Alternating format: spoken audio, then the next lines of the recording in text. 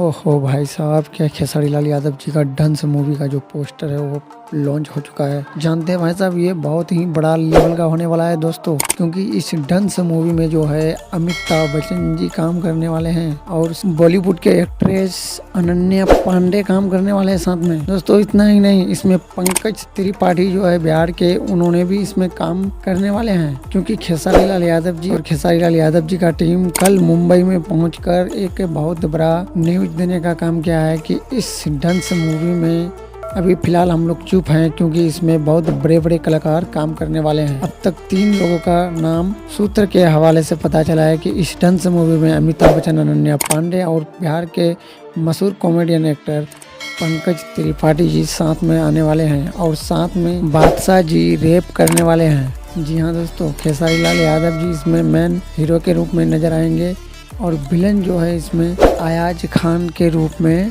हो सकता है। लेकिन देखते हैं भाई साहब, ये बात कहाँ तक सही है और कहाँ तक गलत है। अभी फिलहाल यही पता चल रहा है कि बड़े बड़े कलाकार इस मूवी में काम करने वाले हैं।